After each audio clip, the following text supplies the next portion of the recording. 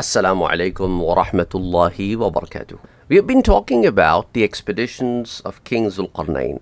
And I told you that Zulqarnain had an angel friend by the name of Zarafi. And today we'll talk about that story. Imam ibn Abi Hatim and Abu Shaykh reports this from Abu Ja'far Muhammad bin Ali bin al-Husayn bin Ali bin Abi Talib.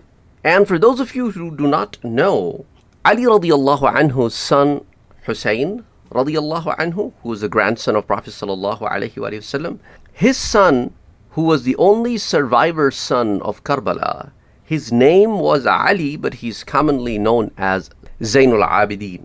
Zainul Abidin had many sons, and one of them was Muhammad Baqir. And Muhammad Baqir is also called Abu Ja'far.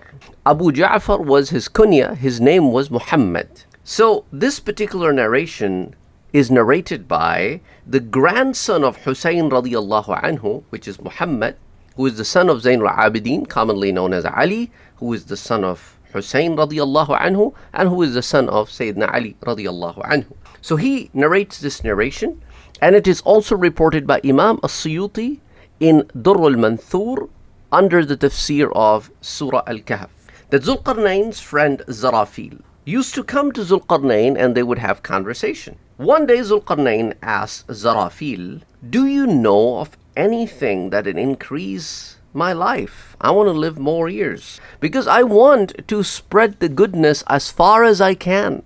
I want to take the message of Allah subhanahu wa ta'ala, which is Islam, and spread it as far as I can.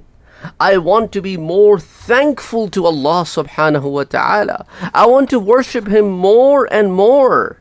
Zarafil said, "Personally, I have no knowledge of anything that could increase your lifespan. However, if you are interested, I can go to my friend angels and ask them about this." So he left Zulqarnain and he went into heavens. And he started asking his angel friends. Allah subhanahu wa ta'ala knows best how long he stayed there and came back and said to Zulqarnain, "I asked my fellow angels the question that you had. And they told me that out into the darkness there is a stream of water, which is whiter than milk and sweeter than honey. Anybody who drinks from that water will never die, until and unless he would ask Allah subhanahu wa ta'ala to give him death." After that, Zulqarnain ordered all the scholars he had to gather in one place. And then he asked them, "Do you know of any such water which is in the darkness, far, far away from the human axis?" Ulama said, "We have no idea that there is any such water. At least it is not in our knowledge." Zulqarnain seemed very worried. And at that time, a young man stood up and said, "O king, what do you want from that water? Why is that water of interest to you?" Zulqarnain said, "I really want to know where it is because I need access to that water." So that young man said, "I have read about it in the wasiyah of Adam alayhi salam, that far, far away there is such a stream of water, which is whiter than milk and sweeter than honey. Anybody who drinks from it will never die, until and unless he himself asks Allah subhanahu wa ta'ala that he doesn't want to live anymore and he wants to die now." Zulqarnain left from this place and he traveled for 12 years until he reached that point that young man told him about. The young man was with him, and so were the ulama. But now started the journey of dark. There was darkness everywhere. There was no source of light. Looks like it was a travel beyond the point where sunlight could reach them. If you may think that it was an intergalactic travel, or it was a travel outside the planet Earth into the space, it may be at a point which was beyond the starting point of the sun that we spoke about earlier. When Zulqarnain went into the direction of sun from where it started, and then went into the direction of sun where it will end. So in that lecture we spoke about that from the space perspective, from the astronomy perspective. So we don't really know where exactly he went, but he went into the place where there was nothing but darkness. You can't see a thing. Ulama got scared, and they said to Zulqarnain, A'udhu billah, we are scared of walking into the path where you can't see a thing from a thing. There is nothing but darkness everywhere. We're afraid that something bad will happen to all of us. Zulqarnain said, I have to walk on this route. I must walk on this route. Ulama said, as you wish. He said, but for this, I need a very fast ride. What do you think can help me get there as fast as possible?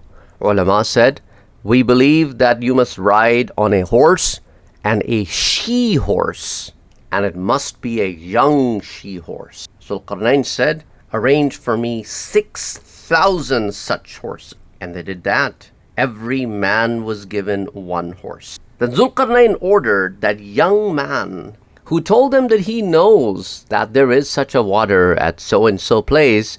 He ordered that young man to lead 2,000 men out of the 6,000 men. Do you know who was that young man?